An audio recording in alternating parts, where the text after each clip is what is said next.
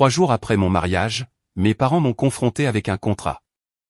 Ils exigeaient que je cède la maison à mon frère, affirmant que je leur devais. J'ai signé. Et disparu cette nuit-là. Au matin, ils l'ont découvert. Le matin où mes parents sont venus réclamer ma maison, ils se tenaient sur le porche d'entrée, souriant comme s'ils venaient de gagner à la loterie. Mon père avait un dossier glissé sous le bras. Ma mère tenait un plateau de muffins achetés en magasin, comme s'il s'agissait d'une simple visite dominicale. Et mon jeune frère, Sébastien, se penchait contre son camion dans l'allée, affichant ce sourire narquois qu'il avait quand il savait qu'il allait s'en tirer impunément. Mais le sourire de Sébastien s'est effacé environ 10 minutes plus tard, car au moment où ils ont ouvert la porte, la maison était vide. Pas de meubles, pas de vaisselle, pas de photos, rien que des murs nus et le silence de leur propre pas résonnant. C'est à cet instant qu'ils ont réalisé que quelque chose n'allait pas, terriblement mal. Mais pour comprendre comment les choses en sont arrivées là, il faut remonter 3 jours en arrière. Nous étions au retour de mon mariage. Je me suis marié un samedi après-midi d'août à la fin du mois de mai. Ce genre de journée de printemps en Ohio qui ressemble à une promesse, ciel bleu, légère brise, l'odeur de l'herbe fraîche flottant par les fenêtres ouvertes de la petite église de la rue des Lilas. J'avais 38 ans, et c'était la première fois de ma vie que je sentais que quelque chose m'appartenait vraiment. Mon mari, Théo, se tenait devant l'église, portant un costume sombre qui masquait à peine les taches de graisse sous ses ongles, résultat de son travail au garage. Il avait essayé de les frotter ce matin-là, mais des années passées à réparer des moteurs finissent par imprégner la peau. C'est ce qui me plaisait chez lui. Théo n'était ni sophistiqué, ni tapa accent grave-l'œil. Il était fiable. À notre âge, la fiabilité vaut plus que les feux d'artifice. Je travaillais comme infirmière à l'hôpital Saint-Martin de la Rivière à Clermont-Ferrand. J'y étais depuis presque 15 ans. De longs quarts de travail, des rotations de nuit, le genre de métier qui vous laisse les pieds endoloris, mais le cœur rempli. Théo possédait un petit atelier de réparation automobile dans l'ouest de la ville. Rien de luxueux, juste 3 ponts élévateurs, une machine à café usée, et des clients qui lui faisaient confiance. Nous nous sommes rencontrés parce que sa mère était l'une de mes patientes. C'est le genre d'histoire d'amour que les gens de notre âge comprennent. Pas dramatique, juste 2 personnes fatiguées qui ont trouvé de la bonté l'une chez l'autre. Mais mes parents n'ont jamais vraiment vu les choses ainsi. Pour eux, Théo n'était qu'un mécanicien, et les mécaniciens, apparemment, n'étaient pas assez impressionnants pour leur fille. Pourtant, ils sont venus au mariage. Ils se sont assis au 2e rang, raides et silencieux. Ma mère portait une robe bleu pâle qui semblait choisie plus pour l'église que pour la fête.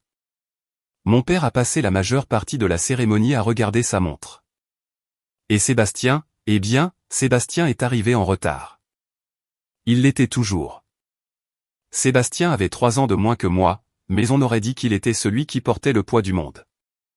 C'est ainsi que mes parents le traitaient. En grandissant, Sébastien était le sensible, celui qui avait besoin d'aide supplémentaire, de compréhension supplémentaire, de pardon supplémentaire. Quand Sébastien a détruit sa première voiture à 19 ans, mes parents lui en ont acheté une autre. Quand Sébastien a abandonné l'université communautaire, ils ont dit que l'école n'était tout simplement pas sa voie. Quand l'entreprise d'aménagement paysager de Sébastien a fait faillite après 2 étés, ils ont blâmé l'économie. Pendant ce temps, je faisais des doubles quarts pour payer mes études d'infirmière. Mes parents n'ont jamais proposé d'aide pour les frais de scolarité. Mais c'était simplement la règle dans notre famille. Sébastien avait besoin de soutien. Je devais être forte. Du moins, c'est ce que je me disais depuis la majeure partie de ma vie. La cérémonie elle-même était simple. Un petit service religieux suivi d'un dîner dans un restaurant familial du centre-ville. Rien d'extravagant, juste des amis, des collègues et quelques parents. La famille de Théo a rempli la salle de rire. Mes parents sont restés silencieux à leur table. Sébastien a passé la majeure partie de la soirée au bar, mais je n'ai pas laissé cela me déranger, car pour une fois, la journée ne tournait pas autour d'eux. Quand Théo et moi avons dansé notre première danse, je me souviens avoir pensé à quel point tout était paisible, comme si les longues années de travail, d'épargne et de construction de quelque chose de stable avaient enfin mené à quelque chose de bien, surtout à cause de la maison. Cette petite maison signifiait tout pour moi. 2 chambres, un petit porche, un revêtement blanc qu'il fallait repeindre tous les quelques années, rien de chic, mais je l'avais acheté moi-même. 10 ans de quart supplémentaire, 10 ans de budget serré, 10 ans à dire non aux vacances et aux nouvelles voitures. Quand j'ai signé les papiers de clôture, je suis restée assise dans ma voiture après et j'ai pleuré. Pas parce que la maison était belle, mais parce qu'elle signifiait que j'avais accompli quelque chose par moi-même. Et maintenant, Théo et moi commencions notre vie ensemble là-bas. 3 jours après le mariage, alors que nous déballions encore des cadeaux, la sonnette retentit. Je me souviens avoir essuyé mes mains sur un torchon et être allé à la porte. Et là, ils étaient, mes parents. Sébastien se tenait derrière eux. Mon père tenant ce dossier. « Émilie » dit ma mère avec un sourire forcé. « Nous devons parler. » Théo s'avança dans le couloir derrière moi. « Tout va bien ?» demanda-t-il. Mon père entra dans le salon, me dépassant, comme s'il était chez lui. Sébastien suivit, regardant la maison avec intérêt. Ma mère déposa les muffins sur la table. Puis mon père ouvrit le dossier. À l'intérieur se trouvait un contrat. Il le fit glisser sur la table vers moi. « Signe ça » dit-il. Je regardai le document. C'était un acte de transfert de propriété. Ma maison cédait à Sébastien. Je clignai des yeux. Je ne comprends pas. Sébastien s'éclaircit la gorge. Je démarre une nouvelle affaire, dit-il. Ma mère hocha rapidement la tête. Et ton frère a besoin d'un endroit où vivre pendant qu'il lance son projet. Mon père croisa les bras. Tu es redevable à cette famille, Émilie. Ces mots restèrent en suspens dans l'air comme une mauvaise odeur. Je regardai Théo. Il ne dit rien.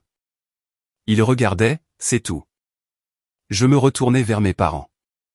Pourquoi donnerais-je ma maison à Sébastien? Mon père soupira comme si j'étais difficile. Parce qu'il en a plus besoin que toi. Sébastien évita mon regard. Ma mère se pencha et posa sa main sur la mienne. Tu as toujours été la plus forte. Je sentis quelque chose de vieux et de familier se nouer dans ma poitrine. Cette même phrase, celle que j'entendais toute ma vie, tu es la forte. Ce qui signifiait en réalité, tu es celle qui renonce aux choses. Je regardai à nouveau le contrat. Puis je posai la question qui attendait en moi depuis 30 ans, si je signe ceci, est-ce que ce sera enfin suffisant? Mes parents n'hésitèrent pas. Oui, dit mon père. Et c'est à ce moment-là que je pris le stylo. Le stylo semblait plus lourd qu'il ne l'aurait dû. Ce n'était qu'un simple stylo à billes, en plastique bon marché, à encre bleue. Mais alors que je le tenais au-dessus de ce contrat, il portait le poids de 38 ans. 38 ans de fête d'anniversaire où Sébastien avait eu la plus grosse part de gâteau. 38 ans de Noël où ses cadeaux remplissaient la moitié du salon tandis que les miens tenaient parfaitement sous le sapin. 38 ans à entendre la même phrase, tu es la forte, Émilie. Je jetai un dernier regard à Théo. Il se tenait calmement près du comptoir de la cuisine, les bras légèrement croisés. Son expression n'était pas en colère. Elle n'était pas non plus confuse. Elle était calme, presque pleine d'attente. C'était Théo. Il ne se précipitait jamais dans les batailles des autres, mais il ne me quittait jamais non plus. La pièce était si silencieuse que j'entendais le bourdonnement du réfrigérateur derrière nous. Mon père tapa impatiemment sur la table. « Eh bien, dit-il. » Sébastien remua sur sa chaise. « Allez, Émilie, murmura-t-il.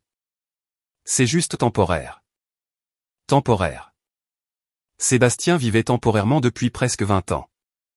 Emploi temporaire, appartement temporaire, idée d'affaires temporaire. Ma mère serra ma main. « Tu t'en es si bien sorti, dit-elle doucement. Ton frère a juste besoin d'un petit coup de pouce. » Je regardai à nouveau le contrat. Acte de transfert de propriété. Mon nom, le nom de Sébastien, un langage juridique qui effacerait 10 ans de ma vie d'une seule signature. Mais ce que mes parents ne réalisaient pas, c'est que quelque chose en moi avait déjà changé. Me marier avait fait cela. Parce que lorsque vous passez toute votre vie à être la personne responsable, vous commencez à croire que la responsabilité implique le sacrifice. Mais Théo m'avait passé les 2 dernières années à m'apprendre quelque chose de différent. La responsabilité signifie aussi protéger ce que l'on a construit. Je posai la pointe du stylo sur le papier et signai. Mon père se pencha immédiatement, attrapant le contrat avant même que l'encre ne soit sèche. Sébastien laissa échapper un faible sifflement. « Eh bien, c'était plus facile que je ne le pensais, dit-il. Ma mère sourit, le soulagement se répandant sur son visage comme la lumière du soleil. Oh, chérie, dit-elle, me tapotant le bras. Tu ne vas pas le regretter. Je ne répondis pas. Théo s'approcha et prit le contrat des mains de mon père, y jetant un coup d'œil rapide. Puis il hocha la tête et le lui rendit. Il a l'air officiel, dit-il. Mon père rangea à nouveau le dossier sous son bras. Nous passerons demain matin, dit-il. Sébastien aura besoin des clés. Sébastien se leva et regarda à nouveau la maison, cette fois avec un sentiment de propriété. Ouais, dit-il. Je vais probablement repeindre l'endroit. Repeindre? Le mot me frappa étrangement. J'avais passé 2 étés à peindre ces murs. Chaque coup de pinceau après des journées de 12 heures à l'hôpital. Sébastien marcha vers la porte en premier. Mes parents suivirent. Ma mère s'arrêta dans l'embrasure. Tu as fait ce qu'il fallait, dit-elle doucement. Puis ils disparurent. La maison redevint silencieuse. Pendant un long moment, Théo et moi ne bougeâmes pas. Finalement, il expira lentement. Eh bien, c'était quelque chose, dit-il. Je m'affalai sur l'une des chaises de cuisine. Tu ne vas pas me demander pourquoi j'ai fait ça, dis-je. Théo alla à l'évier et se versa un verre d'eau. Non. Il prit une gorgée. Parce que tu n'as pas seulement donné ta maison. Je levai les yeux. Tu as remarqué? Il sourit légèrement. J'ai remarqué quelques trucs. C'est là que je sentis la tension quitter mes épaules pour la première fois de l'après-midi. Théo tira la chaise en face de moi et s'assit. Tu es prête? Demanda-t-il. Pour quoi faire? Pour la partie où nous disparaissons. Le reste de cette soirée se déroula tranquillement. Pas frénétiquement, pas chaotique, juste délibérément. Théo et moi avions déjà parlé de quelque chose comme ça une fois auparavant. Pas cette situation exacte, mais le schéma derrière elle. Les familles comme la mienne ne changent pas soudainement du jour au lendemain. Les attentes ne cessent de croître, plus de sacrifices, plus de responsabilités, plus de dons jusqu'à ce qu'il ne reste plus rien. Et Théo m'avait posé une question simple des mois auparavant, que se passe-t-il lorsque vous dites enfin non? Je ne connaissais pas la réponse à l'époque, mais maintenant oui. On s'en va. Vers 18h ce soir-là, Théo recula son pick-up dans l'allée. Nous avons commencé à charger des cartons. La plupart de nos affaires n'avaient jamais été entièrement déballées après le mariage. Bref, ustensiles de cuisine, valises, vêtements. Théo travaillait tranquillement, sortant les meubles pièce par pièce, le canapé, la table de salle à manger, la commode de la chambre. J'ai décroché les cadres photos du mur du salon, celui de ma remise de diplôme d'infirmière, un de Théo et moi à la fête du comté l'été dernier, et une petite photo de la maison le jour où je l'ai achetée. Je glissai celle-ci dans mon sac à main. À 21h, les pièces étaient vides. La maison résonnait quand nous marchions dedans. Théo regarda sa montre. « Tu es sûr de vouloir faire ça ce soir ?» demanda-t-il. J'ai hoché la tête. « Si nous attendons demain, mes parents arriveront tôt. » Il haussa les épaules. « Juste raison. Nous avons fait une dernière promenade dans la maison ensemble. La chambre, la cuisine, le porche. Le porche avait toujours été mon endroit préféré. J'avais l'habitude de m'asseoir là après de longs quarts à l'hôpital, buvant du thé glacé et regardant le quartier s'apaiser. En face, Monsieur Henri arrosait ses roses tous les soirs au coucher du soleil. Ce soir, il faisait la même chose. Il nous fit un signe de la main quand il nous vit. « Vous déménagez déjà ?» cria-t-il. « Nous rendons juste visite à de la famille pour un moment, dis-je. » Il gloussa. « Les jeunes mariés, ça se comprend. » Théo verrouilla la porte d'entrée derrière nous. Puis il me tendit les clés. Je les regardai un instant, puis les laissai tomber dans la boîte aux lettres. Sébastien les trouverait là demain matin. Théo grimpa côté conducteur du camion. Je m'assis à côté de lui. « Où allons-nous » demanda-t-il. Je regardai la rue tranquille. « Vers le sud » dis-je. « Le sud » confirma Théo. Il démarra le moteur. Le camion s'éloigna lentement du trottoir. Je ne regardai pas en arrière. À 7h le lendemain matin, mes parents se garèrent dans l'allée avec Sébastien. Il souriait. Sébastien sortit de son camion le premier, se frottant les mains. Eh bien, dit-il, voyons ma nouvelle place. Mon père monta les marches du porche et essaya la poignée de porte. Verrouillée. Émilie a dû laisser les clés, dit ma mère. Sébastien ouvrit la boîte aux lettres. Les clés étaient à l'intérieur. Il déverrouilla la porte et ils entrèrent tous les trois. Le sourire de Sébastien disparut presque instantanément. La maison était vide. Complètement vide. Pas de meubles, pas d'appareils électroménagers, pas de rideaux, rien. Sébastien entra lentement dans le salon.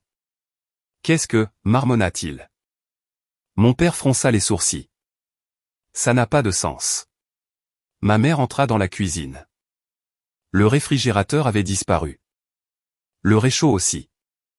François, murmura-t-elle. Sébastien remarqua quelque chose sur le comptoir de la cuisine. Une seule enveloppe. Il la ramassa. À l'intérieur se trouvait une lettre. Il lut la première ligne à voix haute. Et soudain, sa voix parut très petite. Cher Sébastien, commença-t-il lentement. À propos de la maison. Les mains de Sébastien tremblaient alors qu'il dépliait la lettre. Mes parents se tenaient tout près derrière lui dans la cuisine vide. Les trois étaient entourés de murs nus et de silence. La maison ne sentait plus le café, le savon à lessive, ni le produit de nettoyage au citron que j'utilisais tous les samedis matins. Elle sentait la poussière. Sébastien s'éclaircit la gorge et commença à lire. Cher Sébastien, dit-il, à propos de la maison. Il s'arrêta un instant et regarda à nouveau autour de lui, comme si les mots pouvaient en quelque sorte expliquer le vide. Mon père fronça les sourcils. Eh bien, dit-il avec impatience. Continue de lire. Sébastien déglutit. Avant que tu ne commences à repeindre l'endroit, il y a quelque chose que tu devrais savoir. Ma mère porta une main à sa poitrine. François, murmura-t-elle. Sébastien continua, le contrat que vous m'avez apporté a transféré ma propriété de la maison. C'est vrai. Mon père hocha la tête avec raideur. Bien sûr que oui. Sébastien continua sa lecture. Mais ce que vous n'avez peut-être pas réalisé, c'est que je n'étais propriétaire que de la moitié de la maison. Silence. Le genre de silence qui tombe quand une tempête est sur le point d'éclater. Sébastien cligna des yeux. Quoi, dit-il. Mon père s'avança. Lis le reste. Sébastien poursuivit, l'autre moitié de la maison était légalement détenue par Théo. Lorsque nous nous sommes mariés, il en est devenu copropriétaire via l'accord de refinancement que nous avons signé l'année dernière. Le visage de mon père devint pâle. C'est impossible, marmonna-t-il. La voix de Sébastien vacilla alors qu'il lisait la ligne suivante. Hier après-midi, Théo a finalisé la vente de sa moitié de la propriété. Ma mère agrippa le bord du comptoir. Vendu à qui, murmura-t-elle. Sébastien regarda à nouveau la page. À une société d'investissement immobilier basée à Cincinnati. Mon père arracha la lettre des mains de Sébastien. Laisse-moi voir ça. Il lut le paragraphe suivant lui-même, ses lèvres se serrant à chaque mot. La société vous contactera sous peu pour discuter des modalités de copropriété. Conformément à la loi de l'Ohio, ils ont maintenant le droit de demander soit un rachat, soit une vente complète de la propriété. Sébastien regarda mon père. Attends. Qu'est-ce que ça veut dire? La mâchoire de mon père se crispa. Sébastien reprit dans le téléphone. Ouais, nous aurons peut-être besoin d'un peu de temps pour y réfléchir. Bien sûr, dit la femme. Nous enverrons les documents cet après-midi. L'appel se termina. Sébastien baissa lentement le téléphone. 160 000 $, murmura-t-il. Mon père fit les 100 pas dans la pièce. Cette fille a planifié ça, dit-il. Ma mère secoua la tête faiblement. Non. Émilie ne ferait pas une chose pareille. Sébastien ricana nerveusement. Eh bien, elle vient de le faire. Pendant ce temps, Théo et moi étions déjà à 3 heures au sud de Clermont-Ferrand. L'autoroute s'étalait devant nous en longues lignes grises, disparaissant dans les collines du Kentucky.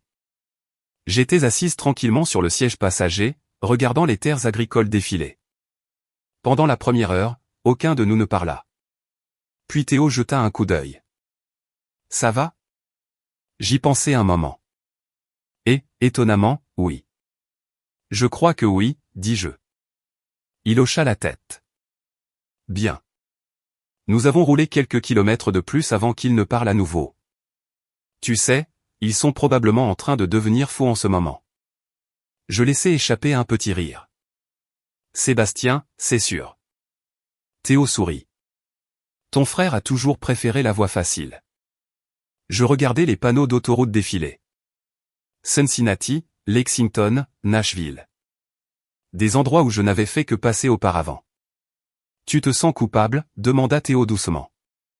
J'ai examiné cette question avec soin. Pendant la majeure partie de ma vie, la réponse aurait été oui. Mais quelque chose avait changé. Non, dis-je finalement. Il hocha à nouveau la tête. C'est sain.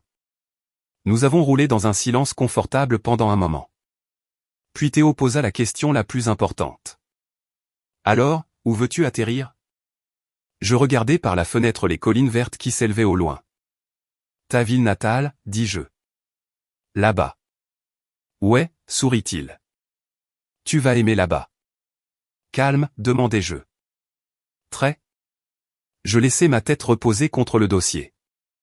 Le calme semblait parfait, car pour la première fois de ma vie, je ne fuyais pas quelque chose. Je choisissais où aller. Et de retour à Clermont-Ferrand, en Ohio, mes parents commençaient à peine à comprendre quelque chose qu'ils n'avaient jamais attendu. Pendant 38 ans, ils avaient cru qu'Émilie Martin sacrifierait toujours pour la famille. Mais ce matin-là, ils apprirent enfin ce qui arrive lorsque la Ford cesse de dire oui. L'appel de la société d'investissement arriva plus vite que mes parents ne l'avaient prévu. Sébastien m'en parla plus tard, mais j'imaginais la scène presque parfaitement, mon père faisant les 100 pas dans le salon vide, ma mère assise au comptoir de la cuisine tordant nerveusement son alliance, Sébastien fixant les murs comme si la maison l'avait personnellement trahi. Car c'est ça, le problème avec les gens qui s'attendent à ce que la vie leur donne quelque chose, ils n'imaginent jamais que la facture puisse arriver. 2 jours après notre départ de l'Ohio, Théo et moi avons traversé le Tennessee juste après le lever du soleil. Les collines étaient douces et vertes, couvertes d'arbres qui semblaient s'étendre à l'infini. La route serpentait doucement à travers de petites villes où les dîners ouvraient tôt et les pick-up remplissaient les parkings. Théo baissa la vitre et respira l'air frais du matin. Ça sent la maison, dit-il. Je souris. À Clermont-Ferrand, les matins sentaient généralement les embouteillages et le désinfectant d'hôpital. Ici, ça sentait l'herbe humide et la fumée de bois. La ville natale de Théo s'appelait Creux-de-la-Fontaine, à environ 40 minutes de Nashville. Pas assez grande pour figurer sur la plupart des cartes, mais assez grande pour une épicerie, une église et un dîner où tout le monde semblait se connaître. Ses parents étaient décédés il y a des années, mais sa sœur aînée vivait à proximité avec sa famille. Elle l'appelait depuis des mois. « Reviens, disait-elle toujours. Tu travailles trop dur dans cette ville. » Maintenant, pour la première fois, Théo écoutait. Nous sommes entrés en ville vers 8 heures du matin. Le dîner sur la rue principale avait une enseigne au néon rouge qui clignotait, ouvert. « Petit déjeuner ?» demanda Théo. « Absolument. » L'endroit sentait le bacon et le café frais. Une femme âgée derrière le comptoir leva les yeux et sourit chaleureusement. « Eh bien, je ne savais pas, dit-elle. »« Théo Dubois. » Théo rit. « Bonjour, Linda. » Elle fit le tour du comptoir et le serra dans ses bras. « Je pensais que tu avais oublié les gens de la ville. »« Jamais, dit-il. » Linda me regarda. « Et qui est-ce » Théo passa un bras autour de mes épaules. « Ma femme. » Ses sourcils montèrent en flèche. « Eh bien, maintenant, dit-elle, souriant plus largement.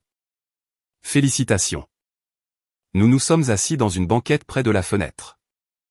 Linda nous servit du café. « Les nouvelles vont vite dans les petites villes, dit-elle. Ta sœur a dit à la moitié du comté que vous pourriez revenir. » Théo gloussa. « Ça doit être ça. » Tandis que nous mangions des œufs et du pain grillé, quelque chose en moi commença lentement à se détendre. Pendant des années, ma vie avait été mesurée en quarts d'hôpital, en factures, en responsabilités et en obligations familiales. Tout semblait lourd. Mais assise là, dans ce dîner calme, les choses semblaient plus légères, plus simples, comme si la vie m'avait soudainement donné la permission de respirer. De retour en Ohio, la situation devenait beaucoup moins paisible. Sébastien appela la société d'investissement cet après-midi-là. Cette fois, mon père écouta en mode haut-parleur. La même voix calme répondit, « Monsieur Martin, nous vous avons envoyé les documents ce matin. » Sébastien se passa une main dans les cheveux. « Oui, à propos de ça. Nous aurons peut-être besoin d'un peu de temps. » « Combien de temps ?» demanda la femme. Sébastien regarda mon père. « Quelques mois, peut-être. » Il y eut une courte pause. « J'ai bien peur que cela ne soit pas possible, » répondit-elle poliment. Sébastien fronça les sourcils. « Qu'est-ce que vous voulez dire ? » La société accorde généralement 30 jours pour les négociations de rachat. Mon père se pencha vers le téléphone. Ceci est François Martin, le père de Sébastien. Bonjour, monsieur Martin. Cette maison appartenait à notre fille. Vous comprenez sûrement qu'il y a eu une sorte de malentendu familial. La voix de la femme resta calme. Monsieur, notre société a légalement acheté la moitié de la propriété. Nous avons tout à fait le droit de rechercher une résolution. Sébastien murmura quelque chose. C'est de la folie. Mon père tenta une autre approche. Écoutez, dit-il en baissant la voix. Nous avons juste besoin de temps pour rassembler les fonds. Combien de temps ? Demanda-t-elle à nouveau. Mon père hésita. Nous n'en sommes pas sûrs. Je comprends, dit-elle doucement. Cependant, sans accord de rachat, l'étape suivante serait une vente par partage. Sébastien se frotta les tempes. Qu'est-ce que ça signifie encore ? Cela signifie que la maison sera mise sur le marché libre et vendue. Le visage de mon père s'assombrit. Et notre moitié ? Vous recevrez la moitié du produit. Sébastien ricana amèrement. Ce n'est pas le plan. Malheureusement, répondit-elle, c'est la loi. L'appel se termina. Pendant plusieurs secondes, personne ne parla. Finalement, Sébastien donna un coup de pied dans le placard de la cuisine. C'est la faute d'Émilie. Ma mère tressaillit. Elle ne ferait pas ça juste pour nous faire du mal. Sébastien se tourna brusquement vers elle. Alors pourquoi ? Mon père regarda par la fenêtre. Parce qu'au fond, il connaissait déjà la réponse. Pendant ce temps, la sœur de Théo s'était arrangée pour que nous louions un petit chalet en dehors de la ville. Il se trouvait sur 2 acres de terrain entourés de grands chênes. Une clôture blanche bordait l'allée et un ruisseau étroit coulait derrière la propriété. La maison était vieille mais solide. 2 chambres, des planchers en bois qui craquaient doucement quand on marchait dessus et un large porche avec 2 chaises à bascule. Quand je montai sur ce porche pour la première fois, je sentis quelque chose que je n'avais pas ressenti depuis des années, la paix. Théo déposa nos sacs à l'intérieur. Alors, dit-il en étirant ses bras. Qu'est-ce que tu en penses ? Je regardais les champs calmes et les collines lointaines. Je pense, dis-je lentement, que c'est peut-être le premier endroit où j'ai vécu qui ressemble vraiment à chez moi. Il sourit. J'espérais que tu dirais ça. Plus tard dans l'après-midi, j'appelai la clinique communautaire de la ville. Ils avaient besoin d'une infirmière. Les petites cliniques ont toujours besoin. Le docteur posa quelques questions sur mon expérience hospitalière. Puis il dit quelque chose de simple, « Quand pouvez-vous commencer ?» Je regardai par la fenêtre de la cuisine les arbres se balancer au vent. « La semaine prochaine, dis-je. » Quand je raccrochai, Théo était debout dans l'embrasure de la porte. « Tu as eu le poste ? » « Ouais. » Il sourit. « Tu vois ? Un nouveau départ. » Je m'appuyai contre le comptoir. « Théo. » « Ouais. Penses-tu que mes parents comprendront un jour pourquoi j'ai fait ça ? » Il réfléchit un instant. « Peut-être un jour, dit-il. » Puis il ajouta doucement, « Mais d'abord, ils vont devoir comprendre ce qui se passe quand on pousse quelqu'un trop loin. » Et de retour en Ohio, cette leçon ne faisait que commencer. Sébastien m'appela 4 jours après que la société d'investissement eut envoyé ses documents. J'étais dans la petite clinique de Creux de la Fontaine, apprenant où étaient gardés les placards de fourniture, quand mon téléphone se mit à vibrer dans ma poche. Le numéro me semblait familier. Indicatif de Clermont-Ferrand. Pendant un moment, je fixais simplement l'écran. Théo, qui était assis dans la salle d'attente en remplissant des formulaires pour le programme de bénévolat de la clinique, leva les yeux. Ta famille, demanda-t-il doucement. J'ai hoché la tête. Il ne m'a pas dit de ne pas répondre. Théo n'avait jamais été cet homme-là. Au lieu de cela, il dit simplement, peu importe ce que tu décides, je suis là. Le téléphone continua de sonner. Finalement, je sortis sur le porche arrière de la clinique et répondis, allô? Pendant quelques secondes, Sébastien ne dit rien. Puis, sa voix parvint à travers la ligne. Émilie? Oui. Une autre pause. Où es-tu? Sa voix sonnait différemment de l'habitude. Moins suffisant, moins sûr de lui. Pourquoi? Demandai-je. Parce que maman et papa sont en panique. Je m'appuyai contre la rambarde du porche. Ça doit être stressant. Sébastien laissa échapper un souffle frustré. Ce n'est pas drôle. Je ne ris pas. Il y eut à nouveau un silence. Puis Sébastien alla droit au but. Tu dois réparer ça. J'ai failli sourire. Réparer quoi? Tu sais quoi? Claqua-t-il. Toute cette histoire de maison. Le ruisseau derrière la clinique gargouillait doucement à travers les arbres. Je regardais l'eau couler sur les rochers. Qu'est-ce que tu penses que j'ai fait, Sébastien? Demandai-je calmement. Il ricana. Tu nous as trompés. Non, dis-je. J'ai signé le contrat que tu m'as donné. Ouais, mais tu as fait en sorte que la maison soit vendue. Soupirai-je doucement. Sébastien, tu m'as demandé de te donner ma maison parce que tu étais redevable à la famille. Les mots résonnèrent dans le jardin tranquille du Tennessee. Pendant un moment, nous ne parlâmes pas. Puis je lui posai une question que je m'étais posée pendant des années, pourquoi penses-tu ça? Sébastien hésita. Parce que c'est juste comme ça que les choses fonctionnent.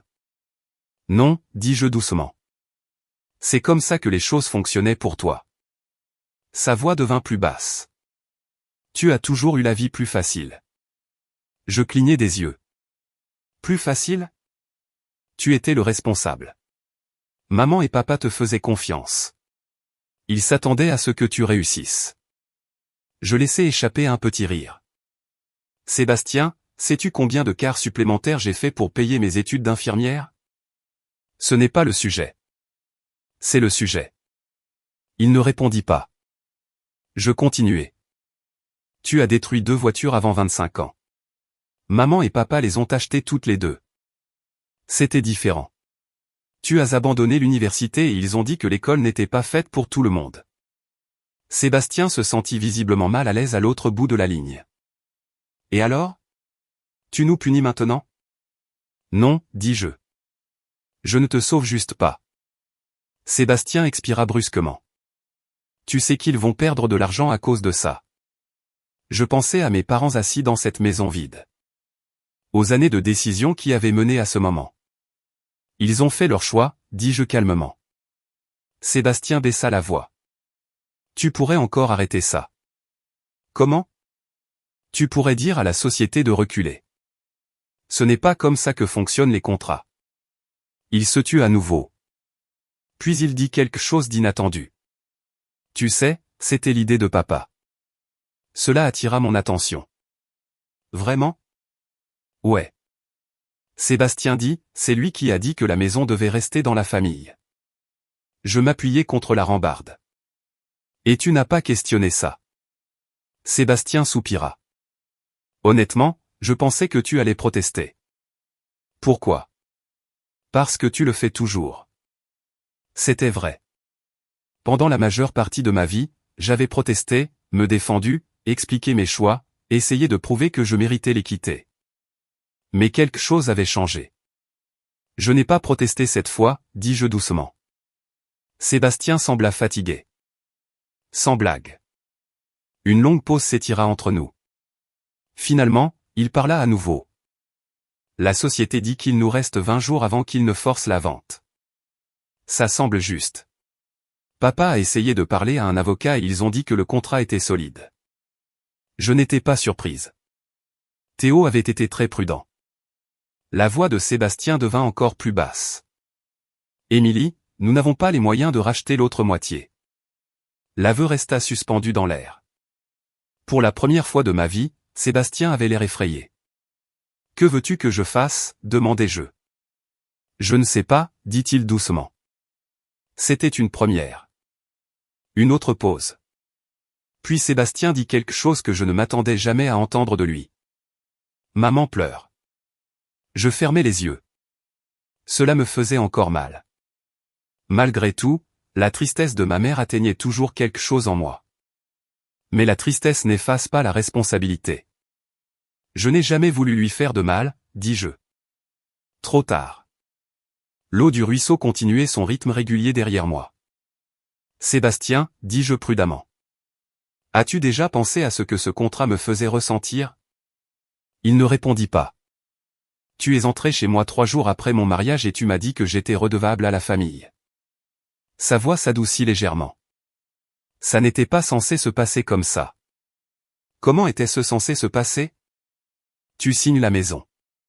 Je m'installe. Tout le monde est content. Je secouai la tête. Sauf moi. Sébastien laissa échapper un long souffle.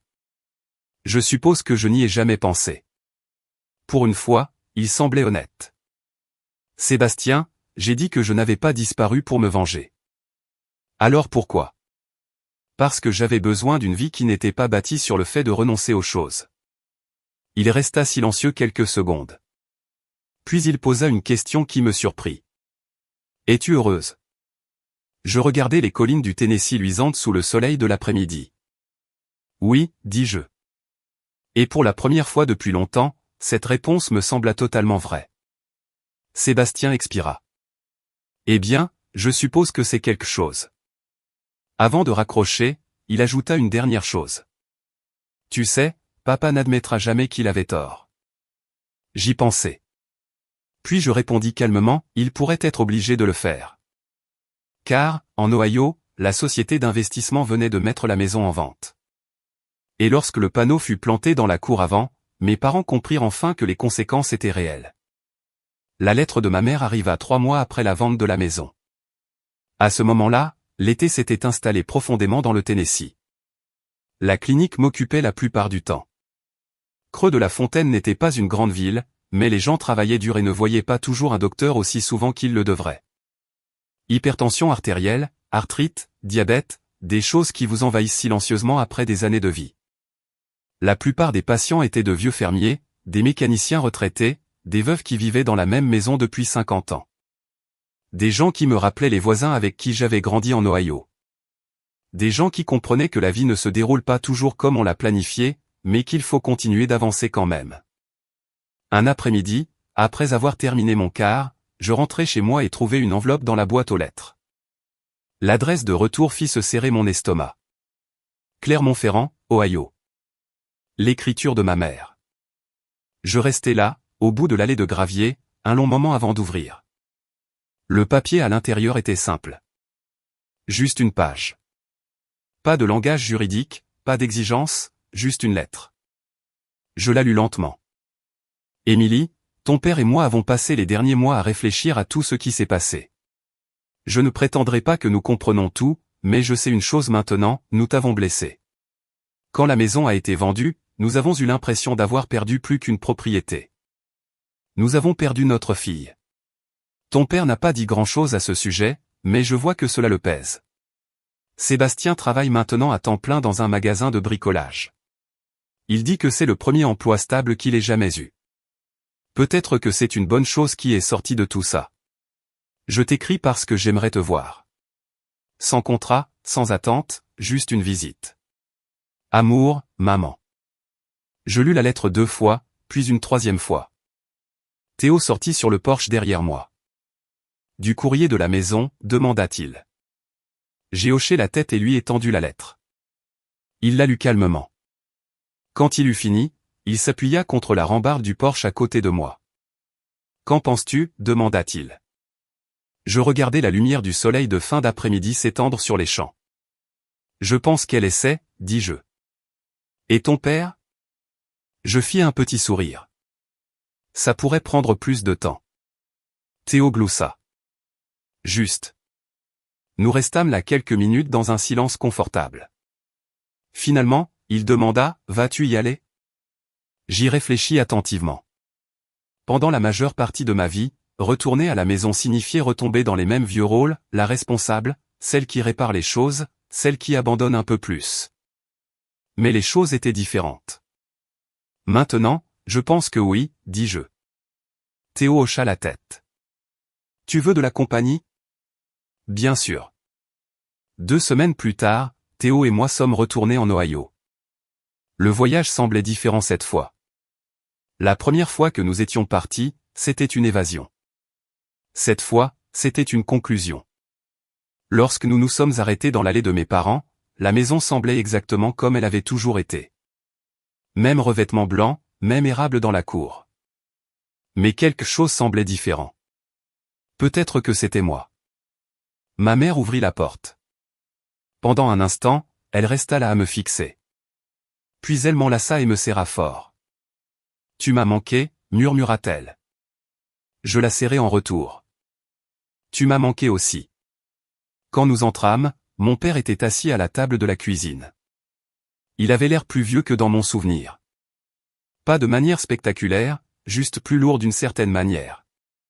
Le genre de poids que les gens portent lorsqu'ils ont passé trop de temps à réfléchir à leurs erreurs. Sébastien était là aussi. Il se leva maladroitement quand nous entrâmes. « Salut Émilie » dit-il.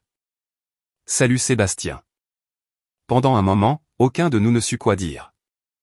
Finalement, mon père s'éclaircit la gorge. « Tu as l'air en forme » dit-il. « Je le suis. » Il hocha lentement la tête. Théo lui serra la main. « Content de vous revoir, François. » Mon père fit un geste vers la table. « Asseyez-vous. » Nous nous assîmes tous. La pièce était calme mais pas hostile. Juste prudente. Ma mère versa du café. Sébastien fixait sa tasse comme si elle pouvait contenir les réponses à tout. Finalement, mon père prit la parole. « Je suppose que vous vous demandez pourquoi nous vous avons demandé de venir. » J'ai croisé son regard. « J'ai une idée. » Il prit une longue inspiration.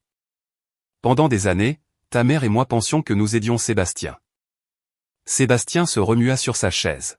« Mais avec le recul, continua mon père, nous ne l'aidions pas du tout. Nous le protégions de la responsabilité. » Personne n'interrompit. Mon père se frotta les mains et nous nous attendions à ce que tu portes le reste. Ces mots restèrent en suspens. C'était la chose la plus proche d'une excuse que j'ai jamais entendue de sa part. Sébastien parla enfin. « J'aurais dû dire non quand ils t'ont demandé de signer la maison, dit-il. » Je le regardai. Ça aurait été bien.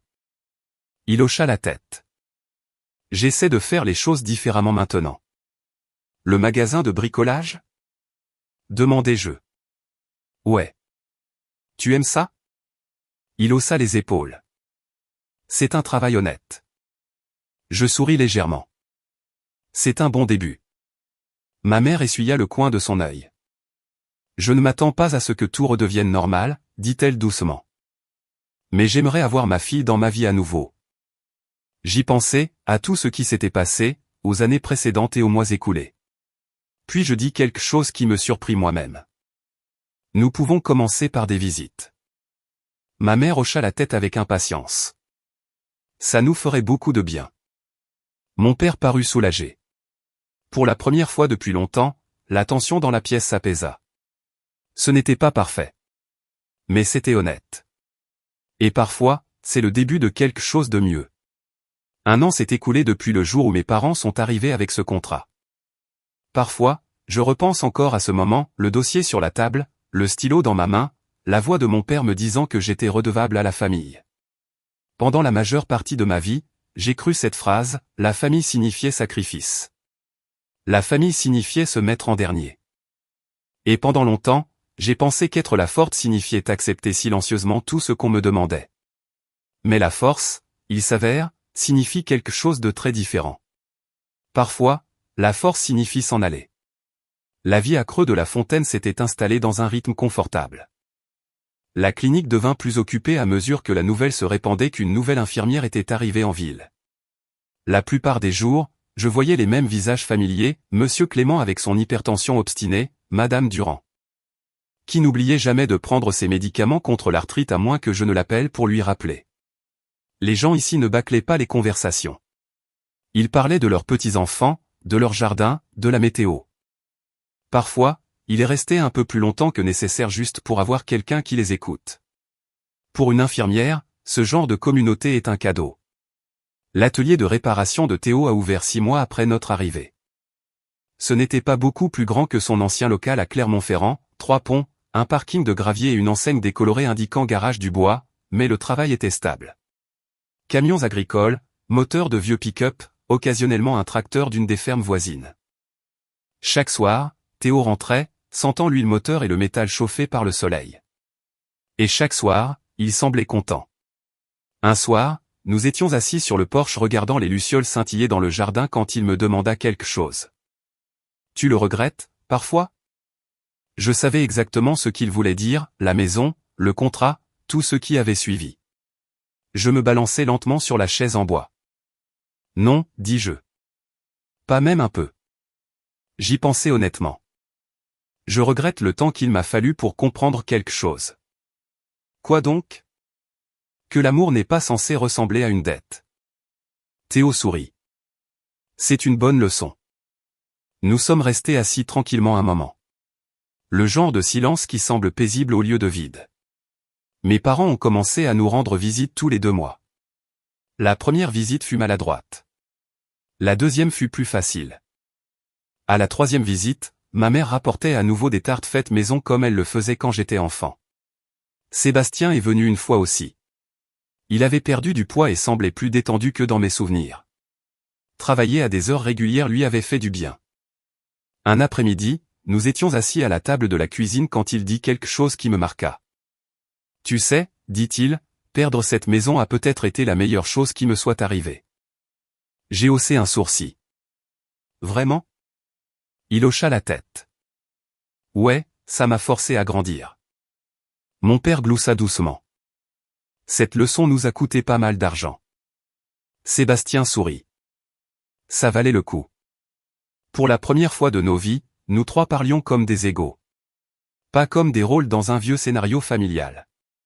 Juste des gens. Finalement, mon père s'excusa.